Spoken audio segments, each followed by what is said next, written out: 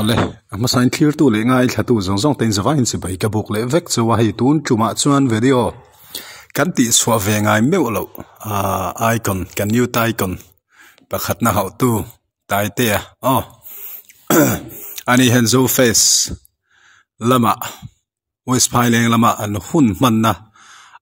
nge ni rosmarim toi ti hla aron sa chuta chun sai lova angai san thu tele chang khat lian zet to sai lova fan saloni ziate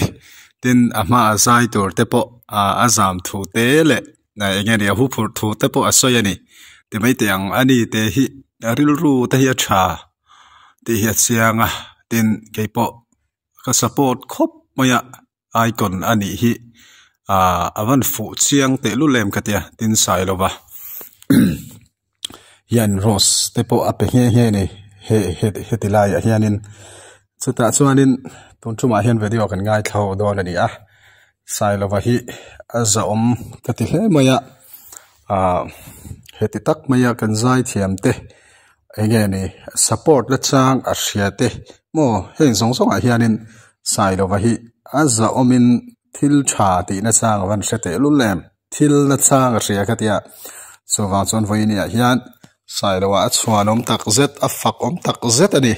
legend ani zia hi chiang hle in ka ria chutilai te po chu han soitel kha ka duwa imponi se kar laklo video han react lutukang chi kan tilem lowanga kan ngai tha anga ti chuan a top thlenga video te min lo en sak men subscribe lo te min lo subscribe ve chun zum te po ka bai sei tak zet ani imponi se video kan en chon zum halang Willia, Helen, Dr. Zonzoke, in the vine to make a book for Satua, Heaven in Poetry to the King and Alon too, Carosella, Jenny Williams, I put him so me along there, my own secret to Alon too, Asea. So, hey, like a to Tono, finding a Lasatu, Perua, Kalu, my daughter, Roka, Kata, like Maya. Hey, Willia. Mizo zai thiam zinga ka du le ka ngai san ka thang khat lian ai re ko ka ngai san le ka du tun than ko ka du rang le u sai na wa